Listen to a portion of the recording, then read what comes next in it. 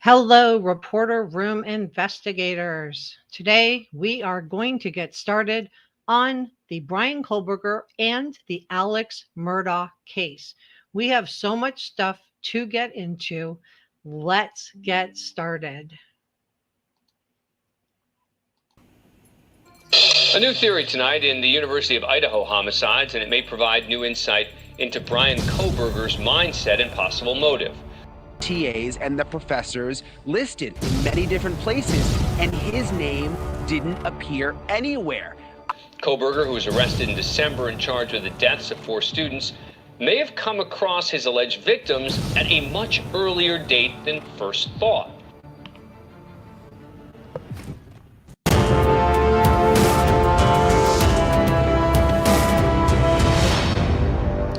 This is Reporter Room with Jessica Della Davies. So we have a bunch of new stuff to get into. I have 4 packages prepared for you guys on this case. And also the Alex Murdaugh case. How we're going to organize today is we're going to start with Bryan Kohberger, and then we're going to go into the Alex Murdaugh case. And just to get a little bit of housekeeping, I just want to welcome all of our awesome reporter room investigators. Thank you so much for joining me. If you want to join the top chat, you just need to be subscribed for 1 minute. And I would like to send a big thank you out to all of our subscribers, to our channel members, and to all of those who donated to Reporter Room with super thanks, super stickers, and our mods are grateful. I am grateful for each and every one of you. If you haven't subscribed, you will want to. Our goal is to get to 30,000 subscribers today. And you can help me by simply subscribing, giving this video a thumbs up, joining me in the top chat, and also consider sharing the stream in your Facebook or Reddit chat rooms. So we have 4 packages for you guys today. You guys know I like to be organized. You guys know I like to get started. Tara's in the house. Let's see who's here. Nadja, The Cat's Life, Princess, Kib Kitty, and Soul Jewels. I'm so glad you guys are joining me today. I hope some more of you guys will come on into the top chat because we have so much interesting stuff to get into. Let me just start by saying a quick thank you to our producers, Jane J, Energy Shots, and American Alpha Babe, to our executive producer, Jan Brooks, aka Spirit Walker, to our channel members.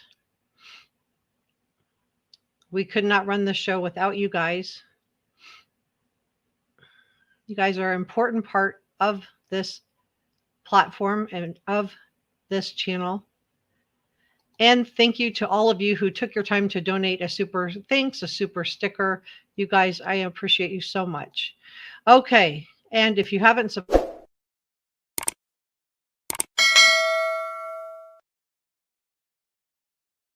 Okay, so let's get started. Okay, so we have 4 packages ready to go, and I want to just share with you the difference between a reporter's job and an attorney's job. We're going to have differing opinions, and I'm a journalist. I am legacy verified, which means I earned my blue check mark. I didn't pay for it. And there's nothing wrong with paying for it if that's what you want to do, but I earned mine. I'm also verified on Spoutable as a journalist. So journalists and attorneys are going to come at these cases from a little bit of a different perspective, and I think both perspectives are very interesting. So my job is to bring you all of the information, and in contrast, a lawyer's job is to poke holes in the case or support the case, depending if that reporter is working for the prosecution or the defense. And Reporter Room is a critical thinkers channel. So if you like being brought all of the information so you can make up your own mind and decide for yourselves, then you are in the right place. So everything I'm sharing with you is my opinion, and opinions are not facts. So please don't send any negativity to anyone. Let's be kind and good to each other. This video is for educational and entertainment purposes only. Please subscribe, hit the notification bell, and give this video a thumbs up so I know you were here. All right, let's get started. So we're going to start with this These developments is former FBI Special Agent Stuart Kaplan. Stuart, it's good to see you. Thanks for being here. Good to see you. Thank you, Natasha. And so I do want to ask what your thoughts are around this ID connected with someone in that Moscow home in Idaho being found in Kohberger's property. How big of a deal is this? Well, there are two explanations. I think the latter is he grabbed something on his way out in his twisted way or in his twisted mind, as more of a trophy type of thing to take with him, or the more sinister and the more concerning aspect, would he have possibly entered into this home at some earlier time and date and grabbed something unknown to any of the occupants of the house? So what law enforcement what they are looking into with Bryan Kohberger, and the reason there's all this renewed interest is apparently an ID was found, an ID of one of the victims in his glove box of his car, along with other identifications. So law enforcement is trying to find out if he has done anything like this before. Now, this does not mean that he would have had to have done away with somebody before, right? It could just be that he was a stalker or a creeper. He was a peeping Tom. He was a voyeur, something like that. And also, this will help them know if maybe he was considering doing this. And I just want to say at the outset that Bryan Kohberger is presumed innocent. He has not been found guilty in a court of law. Thank you so much, Samantha, for liking and sharing this. It really helps me with the YouTube algorithm. Okay, so let's continue on together, shall we? Let's continue on.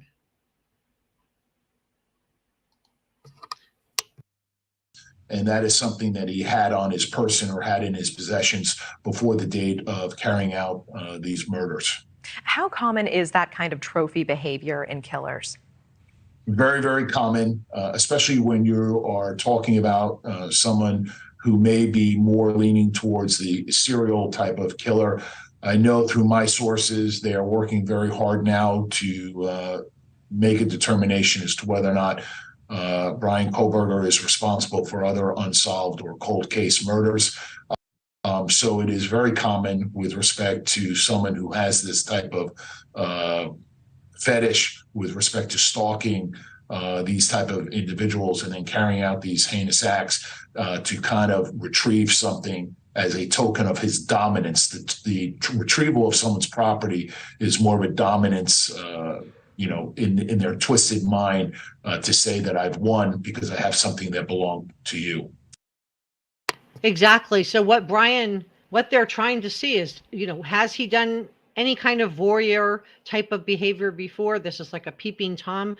These peeping Toms are not harmless. We've talked about this in a prior live stream. These guys can escalate very quickly. And what happens, and that's why it's really important for you guys to always make sure that you are safe by keeping your blinds, if you have blinds, turn them up so people cannot stare right into your window. When it starts to get dark, draw your curtains so you're not living in a goldfish bowl. And as I shared with you in the last video about Bryan, behind the 1122 King Road house, there was a parking lot. And so Bryan, we know from his cell phone records that he had been to this area before. Was he sitting up in that parking lot, looking into the house, looking down into the house? It was a public parking lot, so he would have been allowed to go there. And if the drapes were open, and is this how he became fixated on one of these victims? We know that probably the target was either Kaylee or Maddie, and it's going to just come down to who was done away with first. And Samantha says, evil, yes. And he is presumed innocent, but I think the evidence is mounting. I do feel like things are stacking up a little bit. So I have 4 packages to get through. If you haven't subscribed, please do. Please give this video a thumbs up and help me out with the YouTube algorithm. It does really help me out a lot. Let's finish this package because I have 3 more to get into. And Lisa wants to know if these girls carried a purse that night. Sometimes I sleep my ID in my pocket. I don't want to carry it. I set it on the table when I come in.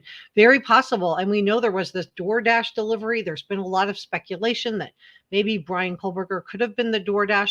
However, it has been confirmed by news outlets that there really was a DoorDash delivery phoned in. So, and he must have really been fixated on getting into that house and doing what he was going to do, because he could have so easily have aborted the mission, right? We have Ethan's red Jeep parked out outside. So he had to have known if he was watching that there was either a strange car and possibly even known that Ethan was in the house. The other thing is that we have this brand new Range Rover that Kaylee got. She brought it to show Maddie her new car. They had been best friends since childhood. So when he saw these vehicles sitting outside the 1122 King Road, this did not deter Bryan. It should have, but it didn't. Thank you, Miriam. No, they didn't. But if they were going out to the bars, they would have had to have shown ID, right? They would have definitely shown ID. All right, let's continue on with this package because I have 3 more to do after this one. And Regina says she was thinking about the same thing with the DoorDash driver. Yeah, a lot of people are speculating that this could have been Bryan. We haven't heard anything about this. Hopefully we will. Thank you so much, Miriam, for encouraging the thumbs up. All right, let's continue on, guys. And let's talk more about that because, as you said, we are learning that Pennsylvania police are investigating Kohberger for possible involvement in other crimes. Is this common for high-profile murder suspects, and would you be surprised if something did turn up? I'm not going to be surprised if something else turns up. I think what had always been a concern to the law enforcement community is the number of victims and the brutality in which these murders were carried out. I think it's just not consistent with someone who would have gotten up on some particular day for the first time and then decided to carry out a murder.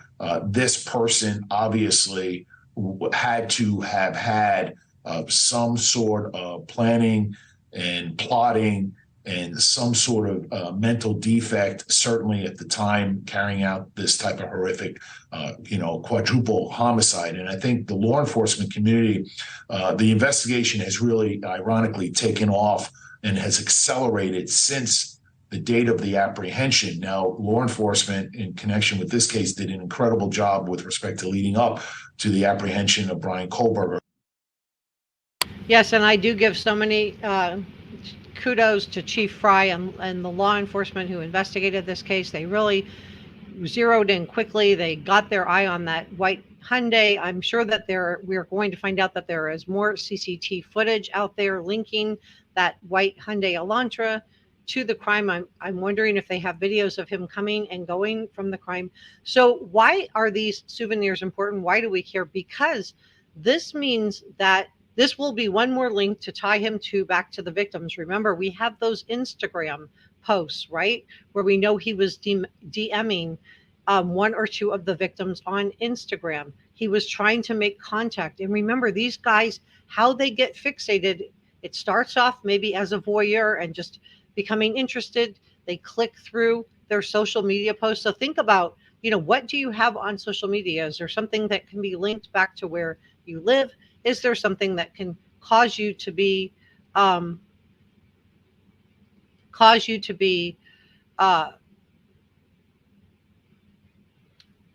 easily on social media, to track you, to cause somebody to become fixated on you? And what happens is they start off with doing, voyeurism or peeping Tom, and then it might escalate into getting into the house and going through their things. Remember, Xana had the lock on her door changed, right? She had the lock on her door changed. Her dad said he did it. Why? It makes me wonder why. What was she thinking? Did she think somebody had been in her room without her permission? What do you guys think? Leave me a 1 if you think that Bryan had entered the home prior to what happened at the 1122 King Road, prior to doing away with Ethan, Xana, Kaylee, and Maddie.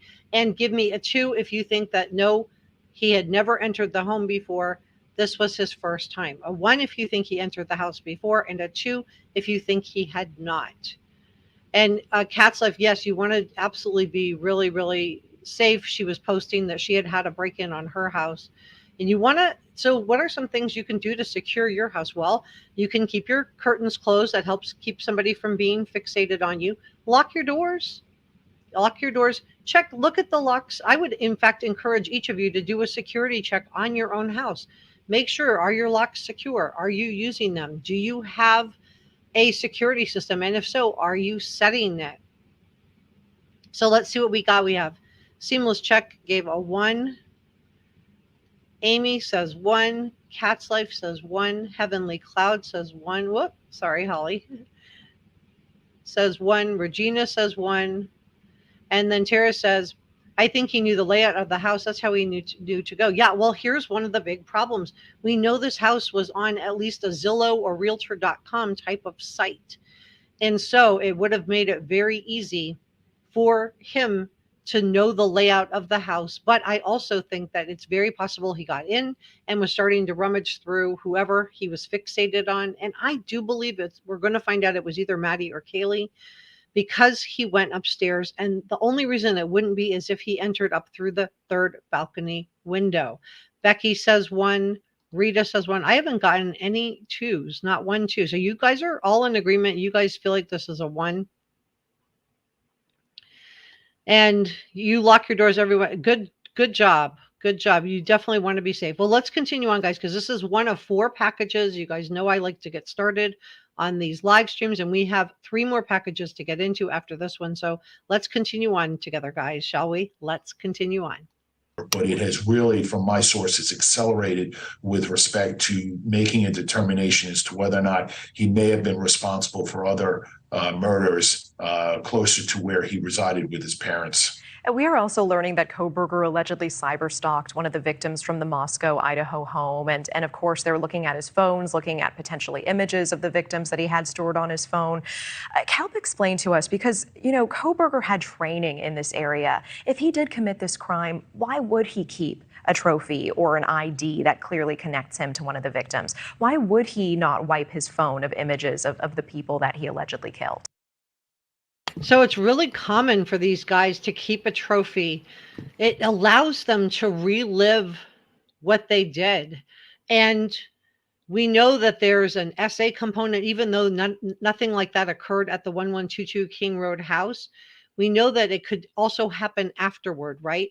Where they have the trophy, they have whatever they've taken from the drawers, or they have the driver's license, they have their souvenirs, and it allows them to relive this crime over and over, and to receive some type of, and I'm going to watch my words, gratification in this thing. So we know that there is an essay component to somebody who does this type of stalking. And if you're just joining me, please give this video a thumbs up and subscribe to Reporter Room.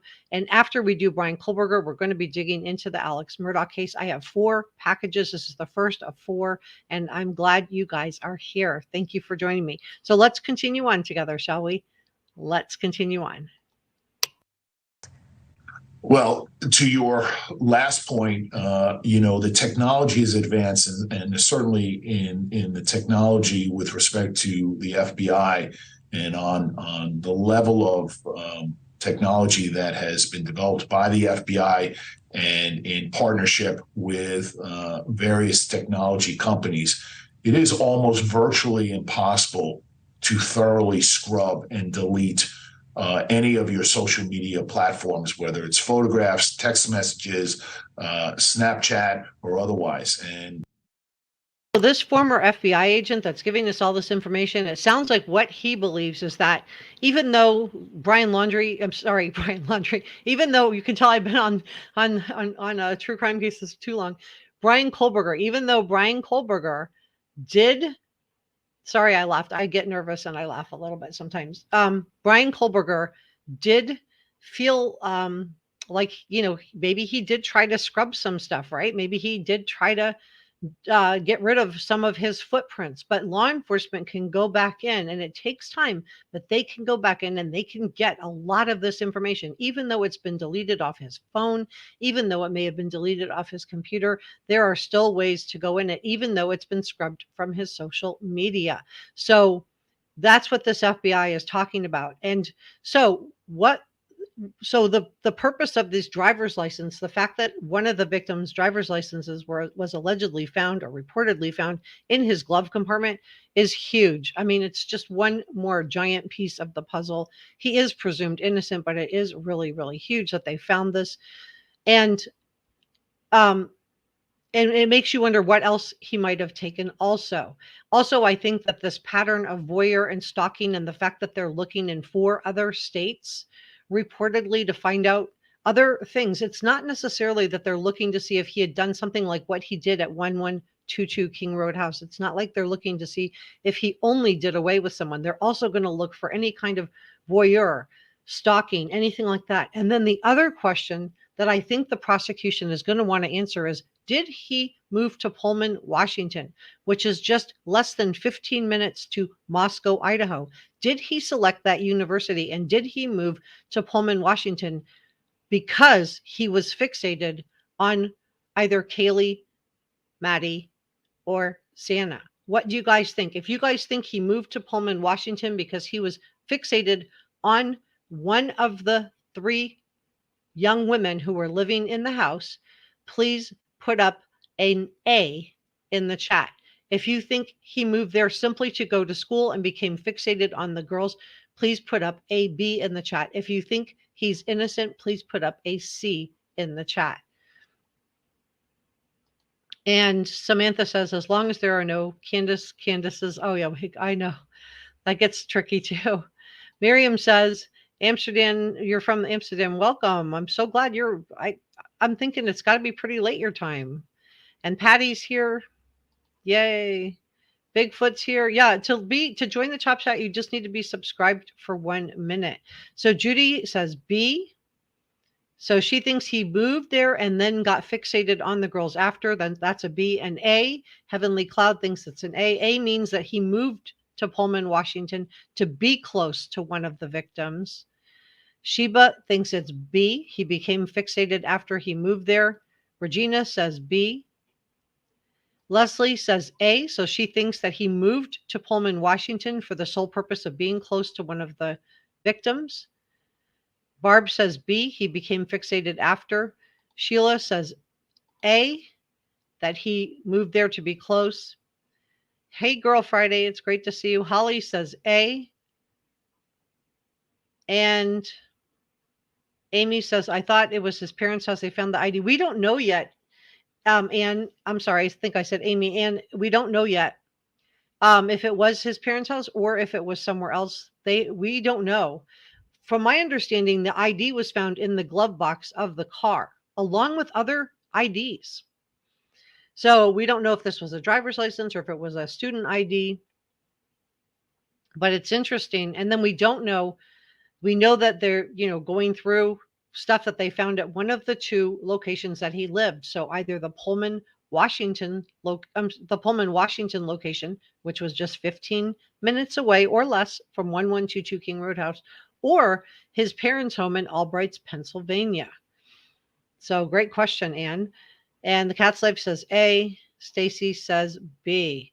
And Heavenly Cloud says, I think Bryan Kohberger was on social media with the girls, and then he moved close to there to be close to him.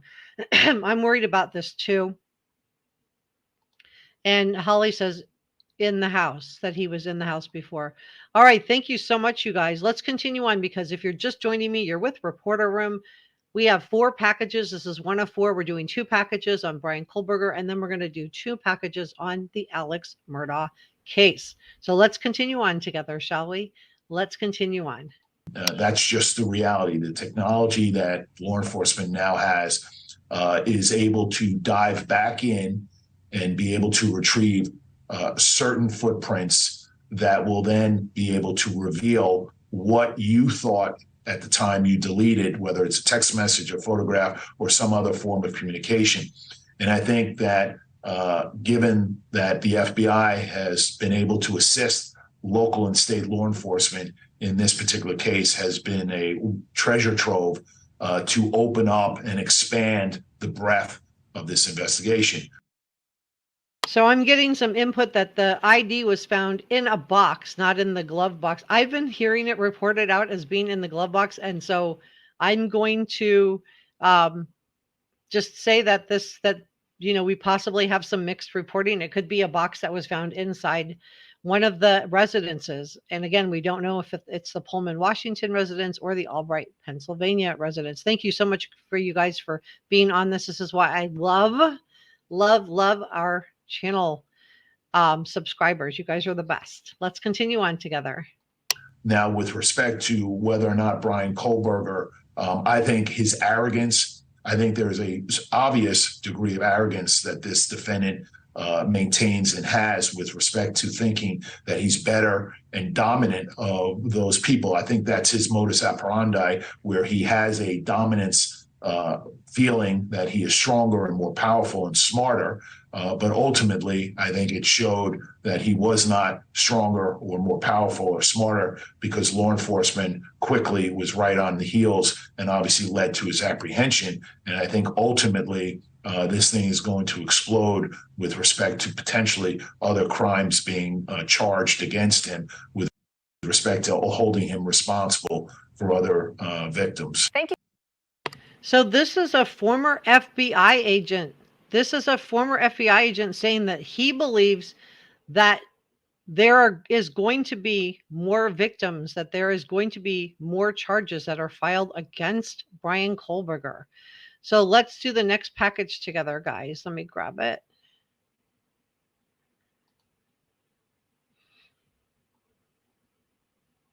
All right. A new theory tonight in the University of These women at the 1122 King Road house. As I showed you when Brian Itten did that drive-by, there is a parking lot located behind the 1122 King Road house. This parking lot belongs to the apartment complex, those two apartment buildings that I've shown you in prior videos. So anyone could have slid into them. Was Brian parking in the apartment parking lot and literally looking in the windows of the 1122 King Road house? It turns out, according to News Nation, that law enforcement is investigating Bryan Kohberger in relation to other cases open in the state of Pennsylvania. According to Mark Garagos, defense attorney, this is common practice.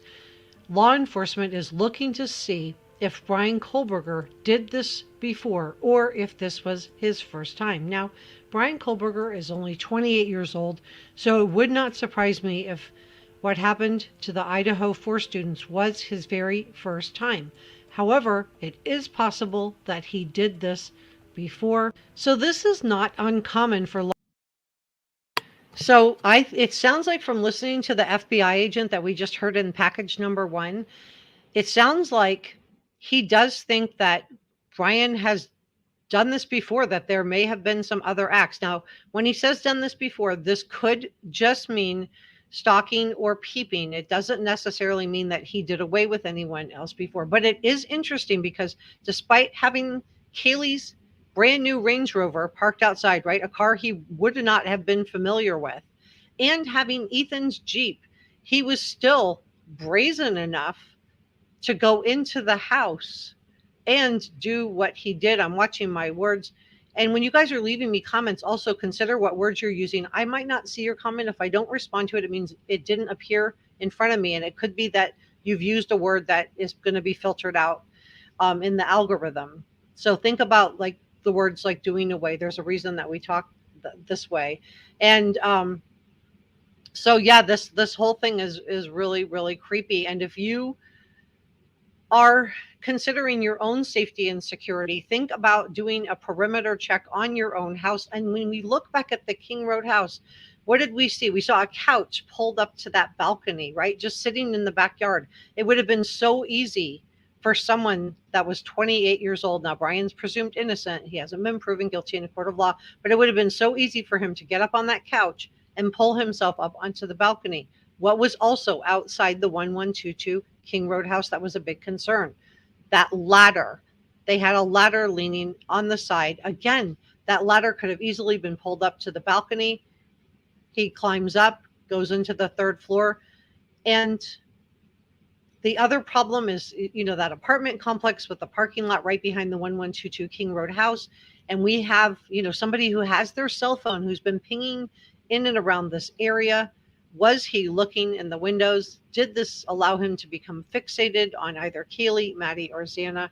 But he was brazen enough to go in despite seeing that Range Rover of Kaylee's brand new car, so he wouldn't have been familiar with it, and Ethan's Jeep. parked out in front. He still went in and did that. He still went in. And that DoorDash delivery. Now, if that wasn't Bryan, and my understanding is that it's the fact that it was not Bryan, that they have actually confirmed that it was a Jack in the Box delivery at 4 a.m. to the house by multiple media sources. So that would have ruled that out. Tara says, this guy has a dead look in his eyes. People like him are the reason I have a German Shepherd and soon another Doberman. And Holly says, they suspect a signature crime. Exactly right, you guys. Exactly right. Well, let's continue on because this is package 2 of 4. And if you're just joining me, you're with Reporter Room, please subscribe, give this video a thumbs up, help me out with the YouTube algorithm. We're trying to get to 30,000 subscribers, and we're going to do Bryan Kohberger now, and then we're going to continue on with some new information in the Alex Murdaugh and Stephen Smith cases. Law enforcement to do this, and they may not just be looking for other cases where Bryan has done away with someone. They may also be looking to see if Bryan has a history of stalking other people, if he has a history of being creepy, if he has a history of peeping, being a peeping Tom or voyeur on someone. So this is very normal. They're going to want to establish a pattern of behavior to help them to make their case for the Idaho 4 students, Maddie, Kaylee, Xana, and Ethan. Former FBI agent Jennifer Koffendorfer weighed in. Let's listen. Well, specifically, if they have a case that fits the modus operandi, which is just fancy words for the way of doing something that matches what happened in Idaho, for instance, is the target a young, beautiful co-ed? Was the weapon of choice a knife? Was the arrival and departure of the individual in a vehicle as opposed to being dropped off or by foot? Was the time chosen at this 3 o'clock to 4 o'clock time frame? What Jennifer is telling us is she's sharing all of the different things that law enforcement are going to look into to see if there's a pattern here. So if there's been any voyeurs or peeping Toms, and remember, we had a neighbor near the 112 King Road house. Do you remember this? She came forward and she told police, this was on a body cam footage, that she thought, and this came out the day before Christmas Eve on the 23rd of December, that she thought that somebody had been inside her house. Now, I think that's very interesting. So they're going to be looking to see, what Jennifer Koffendorfer, she's a former FBI agent, said. They're going to be looking, what time of day did this happen? Is it similar? What was the MO? So let's listen to what she has to say, because she has been doing this for a long time. How about the surveillance, geo-tracking, if you will, that would have been done of the phones? Did something like that occur at this location, at a location they're looking at, to show this time frame? And then finally, is there any surveillance or witness account of somebody being dressed like Bryan Kohberger dressed? So if they can find evidence that Bryan Kohberger dressed all in black, similar to the clothing that they found that was mentioned in the affidavit, they mentioned a black ski mask, they mentioned black gloves. They have an eyewitness, which is Dylan, that saw him in with bushy eyebrows. If they can find anything that meets that type of description, again, it would show a pattern of behavior in this case, and it will help law enforcement get their conviction against Bryan Kohberger.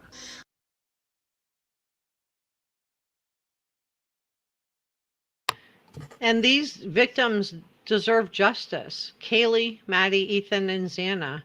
We all saw in the Casey Anthony where people just saw a nice looking young woman and, she was exonerated. She was found not guilty. I don't know if exonerated is the right word, but she was found not guilty. And a lot of people did agree with the verdict, and a lot of people didn't agree with the verdict, and so law enforcement's doing everything they can to make this case to try to get justice for those victims. And that's what this whole case is about Kaylee, Maddie, Xana, and Ethan. Let's continue on because this is package 2 of 4, and we have so much stuff to dig into. You are with Reporter Room. If you haven't subscribed, please do like, share, and leave me a comment. If you want to join the top chat and have your comment appear on the screen like this, you simply need to be subscribed for 1 minute. All right, let's continue on, guys. Yes, very, very sad heavenly clouds. I agree. Bryan Kohberger. I did a poll with you guys during my live stream, and you guys overwhelmingly believed that Bryan had also entered the house at 1122 King Road. And I'm going to. So I'd like to do another poll with you guys if we could during this live stream, which is I'd like to know if you think that Bryan had been in the 1122 King Road inside that residence prior to what happened to Xana, Ethan, Maddie, and Kaylee. Do you think he had been in the house before, or do you think he simply saw it on some type of a realtor tour and he just knew the house from that? Put a 1 if you think he had been inside the residence before, and put a 2 up if you think that this was his first time in the residence. But let's continue on while you guys answer that one. Talk about that just a little bit more in just a second. Law enforcement's going to look to see if there are any similarities. Is this, as Chris Cuomo said, a quote signature type of crime in this case? Let's listen in to Jennifer Coffindaffer. I think it is a signature type crime. I mean, this is a vicious crime with a K-bar knife. It's unusual. It was a co-ed on campus. So if they're looking at something very specific that's unsolved with these parameters, they're probably looking in the right direction. We're going to talk about some more about Bryan in just a second, so please stay with me. Everything I'm sharing with you today is my opinion, and opinions are not facts. So please don't send any negativity.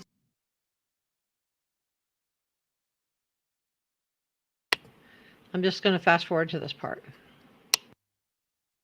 Attorney Mark Garagos about how the prosecution would go about linking Bryan Kohberger to the victims, to Kaylee, to Maddie, because we believe it was one of those two that was probably the target, or possibly Xana and Ethan. And the reason we don't think it was Xana or Ethan is because he would have had to have gone up another flight of stairs to get to Kaylee and Maddie. Is there any reason that Bryan Kohberger would be following these girls on social media and or sliding into their DMs? Let's listen to what Mark Garagos has to say on this topic. I think the first thing that the defense has done, I guarantee you they've already taken a deep dive into the social media. That's one of the first things you do. Besides running background checks, that's one of the other tasks that you give your people to do in a defense is I want everything on social media. I want a deep dive. Right. I want you to scrub it and tell me what's there. Now, if there's a connection, then that's going to be something you're going to have to plumb and deal with. You know, there was also reported early on that there may have been in the search at his apartment or location some other indicia or connection to the victims of this. And if that is the case, you're going to focus like a laser on that, because that is something that is going to be front and center in any prosecutorial presentation of evidence. Now, we have learned that Bryan Kohberger was following two of the victims on Instagram. He was reportedly sending DMs to one of the two victims, and that would presumably be whoever his target was. And I think it's very interesting that law enforcement is looking to try to connect him to additional cases. I thought that they probably would do that. If you've watched some of my other videos on Bryan Kohberger, we've discussed this. Just because Bryan Kohberger may not have committed something like what he did to Xana, Ethan. Heavenly Cloud says that Bryan Kohberger finds these girls on social media, then moves close to them, attends parties at the King Road house to get the layout, and she believes that he is really disturbed. It's very, very possible, and this is why law enforcement's working so hard. Yeah, his eyebrows are very distinctive. I agree with you, Stacy. I think his eyebrows are very distinctive, and I thought, Dylan is the eyewitness, but they need more than that. They need more than that to make their case. And yes, Girl Friday, he did change his eyebrows before court. I agree. And Juanita says he was too old. Well, he was on campus as a student, right? And Leslie gave us a 1. And let's see. I don't think he attended parties there. He's much older than they were. He is older, but he was living in Pullman, Washington. He was attending college. He was working also as a teaching assistant, but he was attending school, working on his master's degree, right? He was working toward getting a master's degree. So, it's a great, you guys are leaving great comments, really, really great comments. Let's continue on, guys. Let's continue on, because after we do Bryan Kohberger, we're going to dig into the Alex Murdaugh case. And Kaylee and Maddie, and I'm watching my words here, doesn't mean that he didn't have stalking or peeping Tom voyeur type of behaviors in his past. And I think it will only help to strengthen the prosecution's case against Bryan Kohberger if they can show a pattern of behavior and if they can connect Bryan Kohberger to these victims. I did a poll with you. So that's what they're really working on with law enforcement. They are really working on trying to connect Bryan to a pattern of behavior, to behavior that is similar to this, that he has done something like this before in the past. They want to show that at around the same time, we believe this occurred somewhere around 4 a.m. They've got cell phone pings of his car being there. They have cell phone pings of his phone being there the next morning. So, did he come back to see the chaos that he created? But they're also going to want to look and that's why they're looking in these 4 other states. Was there any kind of peeping Tom or voyeur kind of complaints that occurred with a similar pattern? For example, they had a peeping Tom complaint and they find that his cell phone was pinging in that area, around the same time. Stuff like that can be brought in to help substantiate their case and will help the prosecution do their job. For those of you who are not familiar with Reporter Room, this is a critical thinkers channel. If you like being brought all of the information so you guys can make up your own mind, then you are in the right place. Let's see what you guys have to say. Girl Friday thinks that he studied the victims. Holly says he thinks that Bryan would stick out like a sore thumb at the parties. Carrie says he memorized the layout of the house from the 1122 King Road from Zillow. Daylight believes that he did something to Buddy. Now, to be clear, when we're talking about the dog, we're not talking about Murphy. We're talking about Buddy the dog. And if you don't know what I'm talking about, I'm not going to get into it here because it's just, it's hard to talk about. It's hard to think about. But I did do a video on that. And I also wonder if Brent Kohberger, who lived in that area, if he was supposed to be the patsy in this case, and if this is why that K-bar knife sheath was left behind, because I believe it's very possible he could have dropped it. However, I showed you in a demo in a prior live stream that how it would have been connected onto his belt. So it's not something that just would have popped off. So I wonder if he brought something else to drop the knife into, the K-bar knife, and then took that sheath and placed it on the bed of where Kaylee and Maddie were sleeping as his calling card. What do you guys think? Do you think that he left the sheath behind intentionally, or do you think it was ripped off of him during a struggle upstairs in Kaylee and Maddie's room? Leave a 1 if you think that he brought it intentionally, and leave me a 2 if you think that it got knocked off in the struggle. And let's see what you guys think on that. Comments are in the comment section below. Do you believe it's possible that Bryan chose to go to Washington State University and live in Pullman, Washington? Now, Pullman is just 15 minutes down. We talked about this earlier. If he had moved there, right? If he moved there to be close to the victims, or if he moved there, got fixated on one of the victims, and then we're getting a lot of 2s on this one. Very interesting. Got a couple 1s, a lot of 2s. All right. Very, very interesting. Well, I don't know. Let me know what you think in the comment section below. If you think that he, if it got pulled off in the struggle, or if you think that he left that sheath as a calling card behind him, that was going to be his MO, that, because we know he was fixated. Girl Friday says he might have had it in his pocket and it fell out. That's very possible. Sneebcheck thinks it came off in the struggle. And Miss T Blue says she thinks it came off in the struggle. Very interesting to see you guys on what you guys think on that. All right, let me grab the next package. Let me pull this out. and grab the next one for you guys. All right, so we're going to talk now about Stephen Smith because we have we have a couple more people joining the poll, Juanita and Cat's Life. I just want to, and Anne says that I believe he didn't go there for their parties because he's not really a social type of person. And we're talking about Bryan Kohberger, and what everyone says is that he would stand out because of his actions. He seemed like an odd person. I'm wondering if that stare was because he had the visual snow, although that got interpreted as being creepy, or if he just really did give off creeper vibes. Because remember that bar in Pullman, Washington, where the staff also said that they thought he was creepy? And Holly says, if it pulled off in the struggle, it wouldn't have been. Yeah, well, we don't know if it was or wasn't, right? All we know is there was touch DNA on the snap, right? Touch DNA on the snap, but touch DNA is not related to blood. It's just simply a touch. It's some skin cells, basically.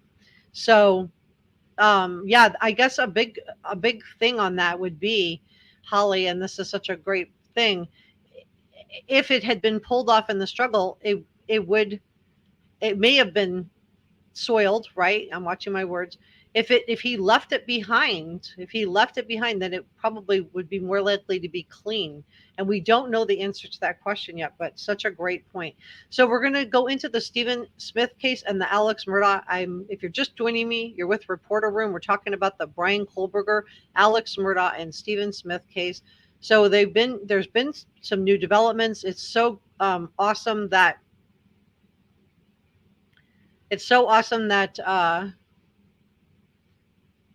that this case for Stephen has been reopened.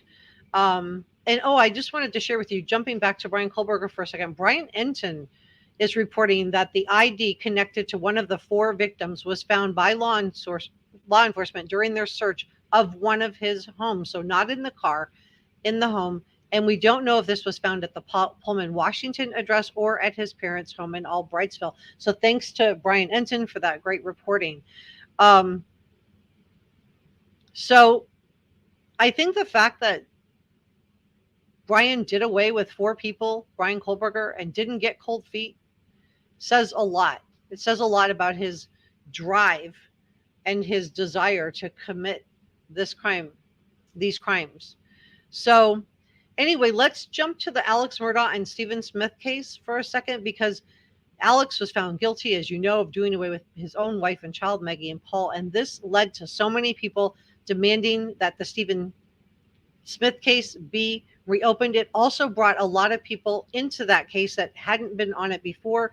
It allowed police officers who wanted that case investigated because they did believe that it was a homicide to finally be listened to and heard. And the South Carolina Law Enforcement Division did reopen the case, and it has been ruled as an intentional homicide.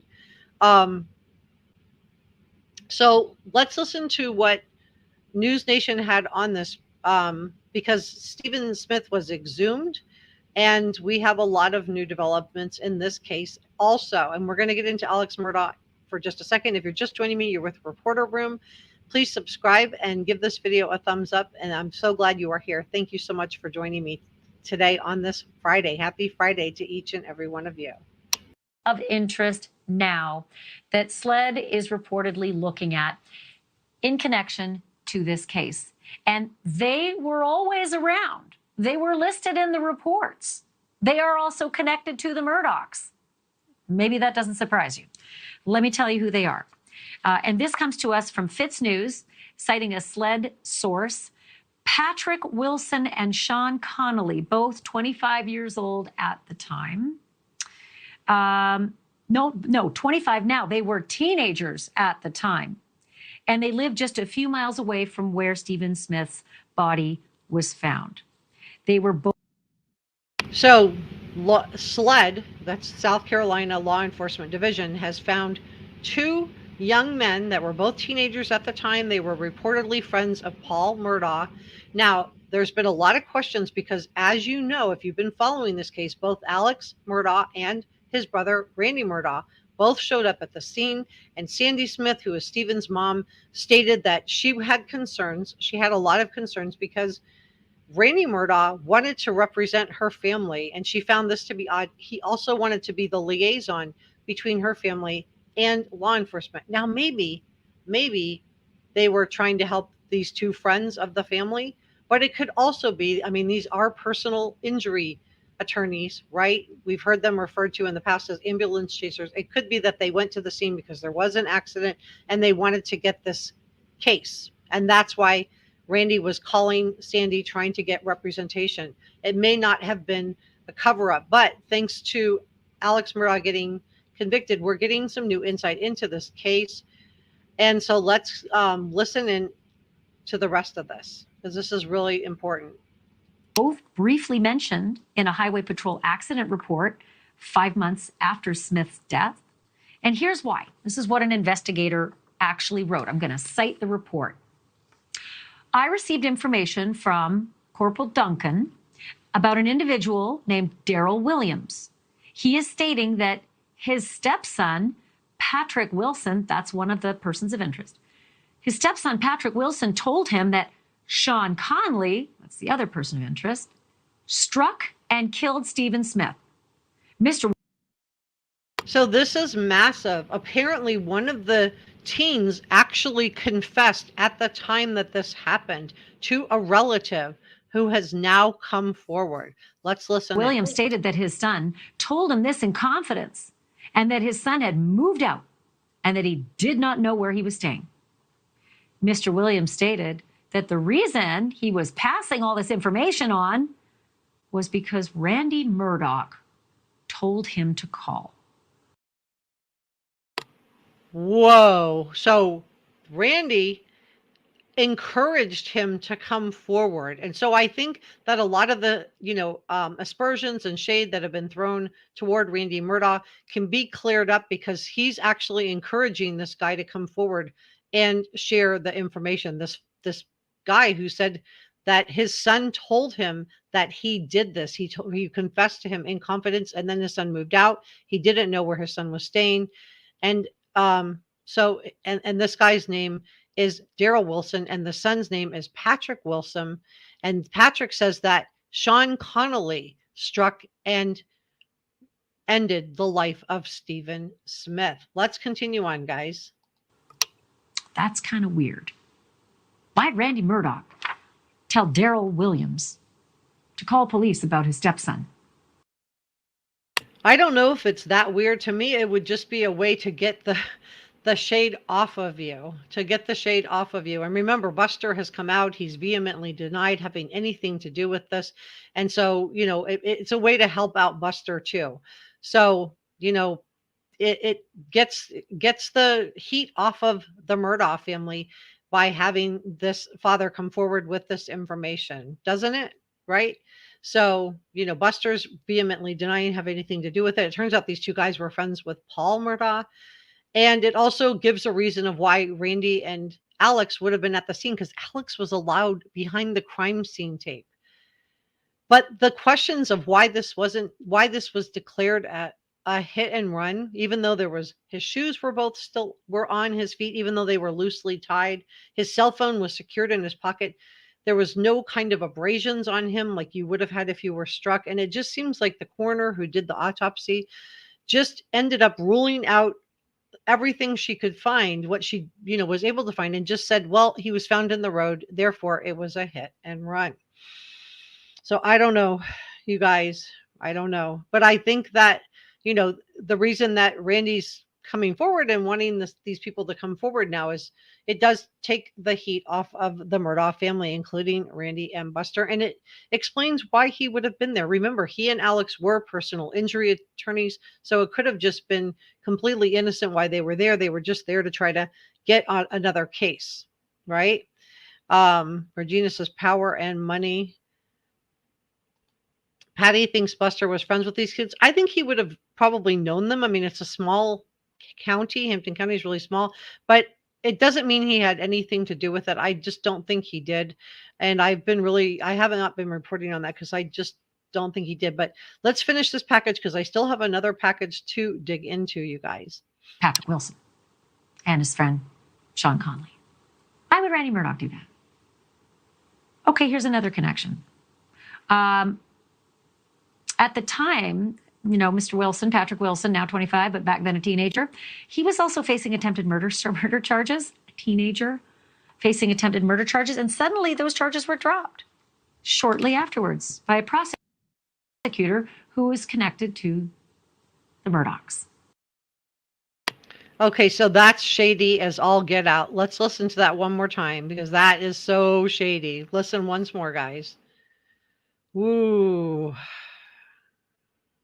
Murder charges, a teenager facing attempted murder charges, and suddenly those charges were dropped shortly afterwards by a prosecutor who was connected to the Murdaughs.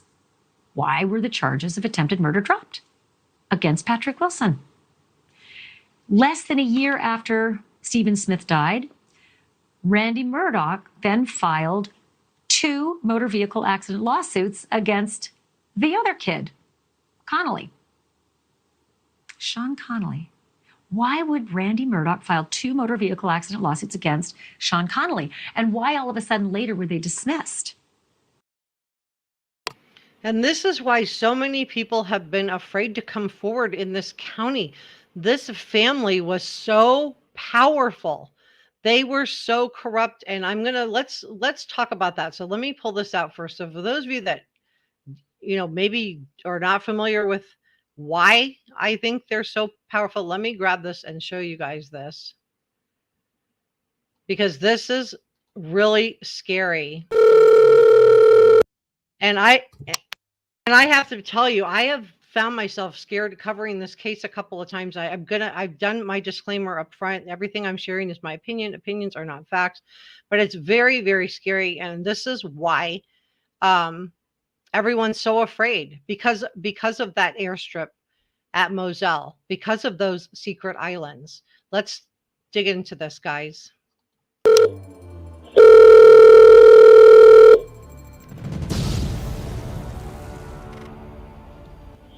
Yeah, man, doing good. Just, you know, the new developments with the nations and everything, trying to get us to quit selling stuff. I don't know really what that's going to have in store.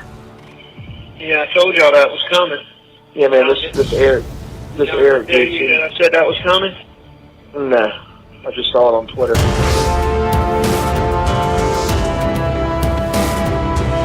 Reporter Room with Jessica Della Davies starts now. Hello, Reporter Room case. We're going to talk about a private island. Yes, you heard that right. Co-owned by Alex Murdaugh. Okay, you see that red building behind Alex Murdaugh's head? Okay, that was a makeshift air hangar at Moselle. So Moselle was sold. First, it was owned by Barrett T. Bulwar, right? And he sold it to his own wife for $5. This is Moselle, the property Moselle. Then the wife sold it to Alex Murdaugh for $5. And then Alex Murdaugh sold it to Maggie Murdaugh for $5. So what was really going on, and how did Alex Murdaugh have so many people in his pocket? Well, I'm going to tell you why. And I can tell you why this case has been scary to cover. Murdaugh and someone who was convicted of smuggling medications. I'm watching my words here, and how that relates to that Moselle airstrip. Remember I told you about that airstrip in a prior video a couple of weeks ago? Well, we're going to start putting the pieces of the puzzle together, so hang in there with me till the end of the video. We're also going to talk about John Marvin Murdaugh, Flying Monkeys, and Alex Murdaugh, and their ties to solicitor Duffy Stone. Duffy Stone is the one that allowed Alex Murdaugh to have that badge, that law enforcement badge that he was waving around everywhere. So Duffy Stone had ties that go back to the Murdaugh family. In a prior video, I've already tied Russell Lafitte, who was the owner of Palmetto State Bank. He also held the mortgage that these private islands that were owned by Barrett T. Bulwar and by Alex Murdaugh. Okay, so now we've tied Russell Lafitte in a prior video. I showed you guys that, how the CEO and Russell Lafitte sitting in jail for financial crimes. And so these people are all connected. Now, Duffy Stone, I'm not saying he's connected. I don't think he is. But you can see, but people knew that he had these ties to Alex Murdaugh. So even though Duffy Stone wasn't connected in any way to these financial crimes, it still would have been scary to come forward and talk about it, right? And I've seen less people. Yeah, I have $4.99. Yeah, you've seen that gorgeous house at Moselle, right? That gorgeous house, $5 with the airplane hangar, airplane strip, dog kennels. Right. Sure, Jan. So what really happened to Maggie's money? A bizarre phone call exchange between John Marvin and Alex Murdaugh. And I want to dig into Stephen Smith and Buster Murdaugh. Now, I usually don't put my disclaimer at the very beginning of the video. Marvin is Alex Murdaugh's brother, and he was made the personal representative of Maggie's estate. But so this was so weird, right? Because Maggie's will, as I showed you in a prior video, she had, as the executor of her will, her sister, Marion Proctor. We saw Marion testifying, right?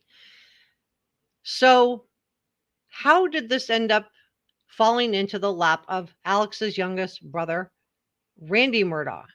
I'm sorry, wrong brother. How did this end up falling into the lap of John Marvin Murdaugh, the youngest Murdaugh brother? Now, I'm not saying John Marvin had anything to do with this, but there was definitely some maneuvering going on Alex Murdaugh's case. Definitely some maneuvering. Let's dig into it, guys. Not by Maggie. Maggie didn't appoint him. So we need to take a closer look at John Marvin. John Marvin is self-employed. He has 2 equipment rental companies, Murdaugh Rental and Murdaugh Kubota. So let's consider some strange things. First of all, on June 8th of 2021, one day after Alex Murdaugh did away with Maggie and Paul, the Charleston Post and Courier published 2 photos of John Marvin walking near the crime scene with 3 investigators from solicitor Duffy Stone's office, the same Duffy Stone that gave Alex Murdaugh his badge. Even worse, a video from ABC's Good Morning America surfaced showing the same investigators walking with John Marvin. So, was this innocent, or was there something more nefarious going on? Do you think that money played a role in this? When a reporter asked John Marvin about the photographs, John Marvin claimed that they were all looking for Maggie's cell phone using an app on Buster's phone, and he testified to this also during the trial. Let's continue on, shall we? Let's continue on. I'm going to talk more about Duffy Stone in just a second, but I want to talk about this airplane landing strip on Moselle. Now, you may recall from my video that I did a couple of weeks ago that Paul's friend, Paul Murdaugh's friend, Anthony Cook, stated that Paul had told him when he asked about this airstrip, he had been told by Paul Murdaugh that they were running medications, I'm watching my words, and women who take their clothes off in and out of Moselle.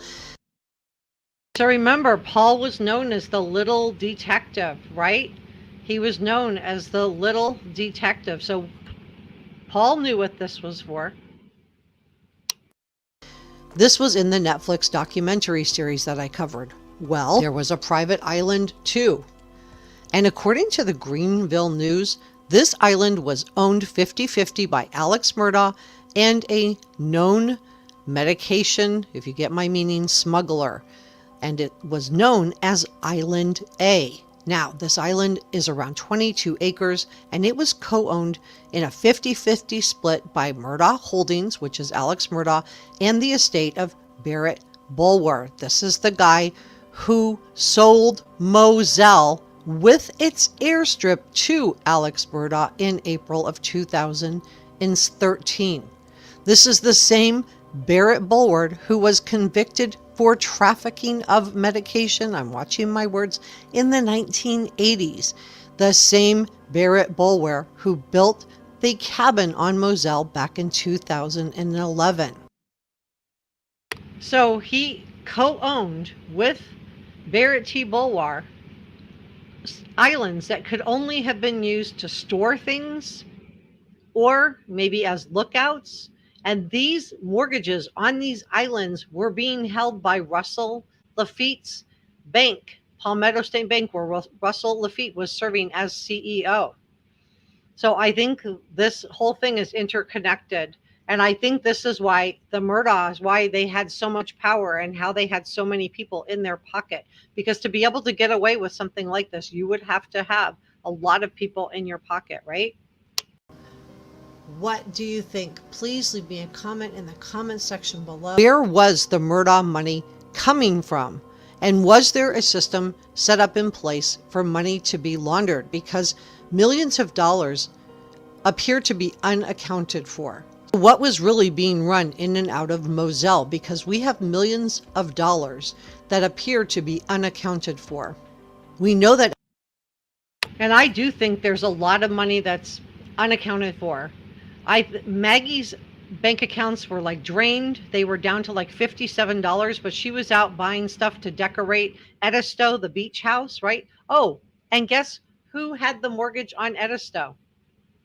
Guess who? Russell Laffitte's bank, Palmetto Bank, CEO of Palmetto Bank. He held the mortgage on Moselle. They didn't know a lot on it, but he still had a mortgage on it. Edisto, the beach house, right? And those private islands. And who was the co-owner of the private islands with Alex Murdaugh? Barrett T. Bulwar. Do you see how all these things connect? Let me know if there's anything you want clarified. If you want to join the top chat, you just need to be subscribed for 1 minute, and I'll be glad to answer your questions. Alex Murdaugh took the Moselle property and he sold it to Maggie for just $5. And I'm going to dig into Maggie and John Marvin and Duffy Stone. And I want to play for you a little bit of John Marvin's bizarre jailhouse call with Alex Murdaugh in just a second. So please stay with me. So we know Maggie's estate was worth around $4.5 million. In fact, a plethora of documents held by the Georgetown County Probate Court in South Carolina and reviewed by the Daily Mail show that Maggie's estate was valued at $4,300,057.77 to be exact. As I shared with you in my prior video, Maggie had her sister Marion Proctor listed as the executor of her will, not John Marvin. Someone scratched off Marion's name and put. Look at that document. Does that look legal to you? I don't see initials. I don't see witnesses that have initialed this. Somebody signed at the bottom, but does this look right? Somehow, this will of Maggie's, Alex maneuvered this out of control of Maggie, left it, put his father in as the executor, and as his father was on his deathbed, as his father lay dying, he did away with his wife and his son and maneuvered his brother. And I'm not saying his brother knew about this or had any kind of culpability. I doubt that he did, but maneuvered his brother in as executor. And a lot of people, as you know, Buster ended up getting about $500,000 from his mother's estate. And a lot of people were like, yeah, but he had to pay back for the boat wreck. No, he didn't. No, he didn't. They were paid out of the estate, the boat wreck people, but they had to sign off that they would not sue Buster to get $100,000 in money. So I don't know, you guys, this whole thing is so shady, but let's continue on together, shall we? Let's keep digging. But Alex and John Marvin's father, Randolph Murdaugh III, as the executor. So did Maggie do this, or was something else going on? This whole thing is crazy. Now we have John Marvin handling Maggie's will. She never appointed him. And this will see her money divided between Buster Murdaugh, Mallory Beach's family, housekeeper Gloria's son, Alex's other victims, and multiple creditors. It's being reported that Buster Murdaugh will get around $500,000 from his mom's estate. So I want to dig in. And none of that is going to the boat victims. That's his money, because for them to get their money from the Maggie's estate, they had to sign off that they wouldn't go after Buster. Now, to be fair, Buster may not have had any culpability in the boat crash. It is possible that his younger brother took his ID without his knowledge, and that's what he was being sued for. It doesn't mean that he gave his brother the ID, right? Kids do go in and swipe things. He could have been in his room resting or been out doing something else, and his brother went in and swiped his identification. So But anyway, there's like so much to unpack. Let's continue on together, guys. Let's continue on. To John Marvin and solicitor Duffy Stone, and I'm going to talk about Stephen Smith in just a second. But first, I want to go back to Maggie's finances and her wedding ring, because this is crazy. So we know that her will was drawn up in August of 2005. We know she left every penny to Alex Murdaugh. And according to friends, Maggie was not living at Moselle anymore and was only going there to visit her sons, Buster and Paul. So that just goes to motive. I know people are like, there's no proof that she filed for divorce. No, there isn't. But we do know she went to see lawyers. We do know that her wedding ring was off. It was under her car seat. So, and we know it's a small county, right? Hampton County. So Alex would have been aware that his wife was out there talking to attorneys, and this would have been setting off alarm bells. And this is why I think all of these actions took place. But let's continue on together. Moreover, as I reported to you weeks ago, Maggie had consulted a divorce attorney and was considering bringing in the services of a forensic accountant. So this would have been a massive problem for Alex Murdaugh for two reasons. One, because it would have brought him shame that Maggie was leaving him. Two, because this forensic accountant would have been doing a deep dive into the Murdaugh finances, and Alex had a lot to hide, including a private island and an airstrip at Moselle. And now we know that it wasn't just a private island, right? It was multiple private islands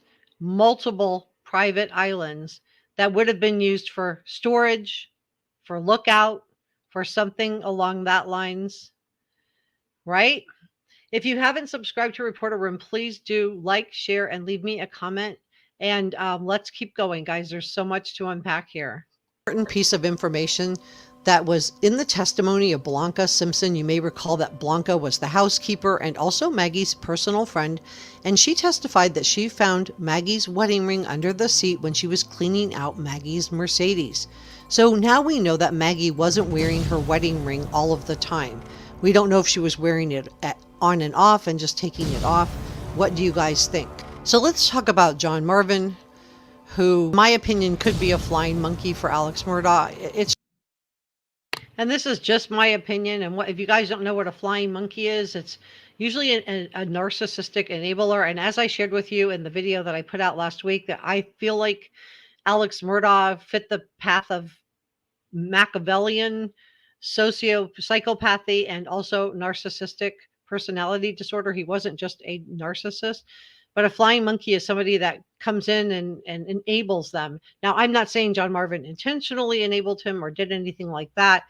But in my opinion, and this is only my opinion, I feel like he did help his brother. And not necessarily to commit any crimes, but just enabled bad behavior in general regarding... I gotta watch my words here.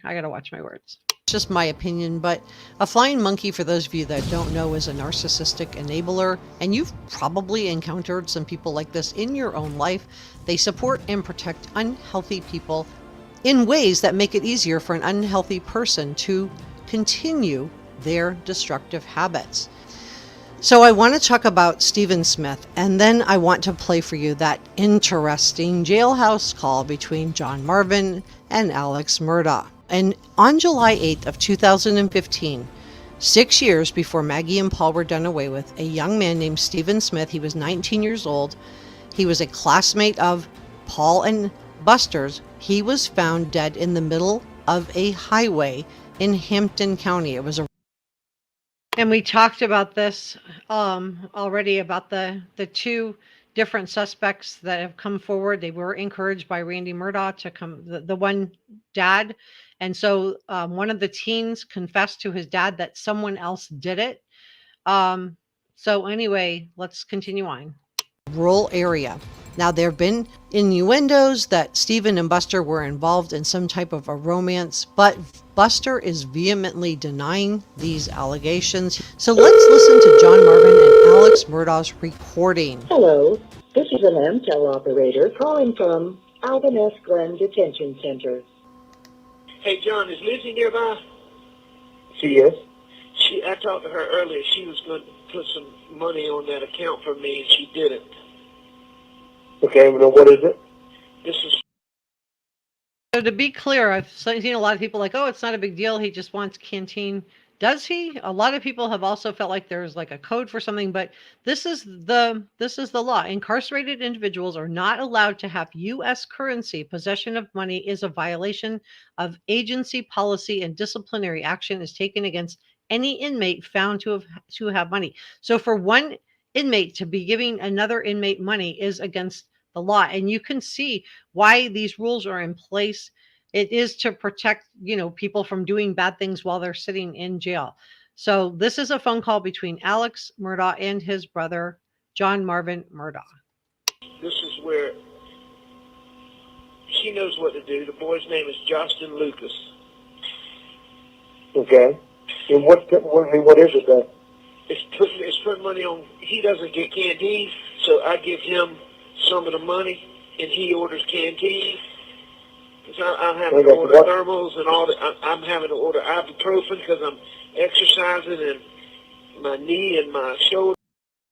And a lot of people have pointed out that they think that maybe ibuprofen is code for something else. Maybe canteen is code for something else. I don't know. I don't have the answers to those questions. If you think that it is a code, let me know. Put up the word code in the chat. If you think that it is not a code, just put no, not a code in the chat, and let's see what you guys think. Let's do a poll.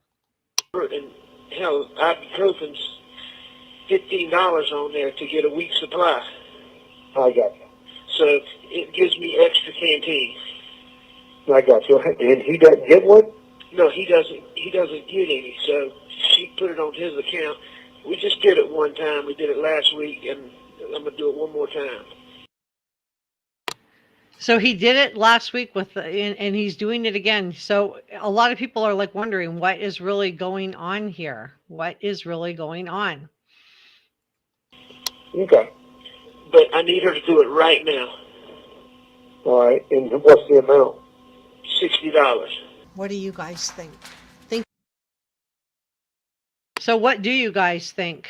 Sheila thinks it's a code. Holly thinks it's a prisoner's barter. I'm wondering the same thing. If you haven't already subscribed to Reporter Room, please do. We're trying to get to 30,000 subscribers.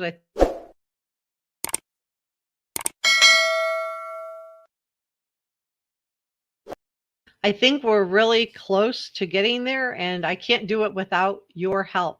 And on that note, I'm going to head over. I have a members only live stream next, and I will see you next week. Thanks for watching. Bye.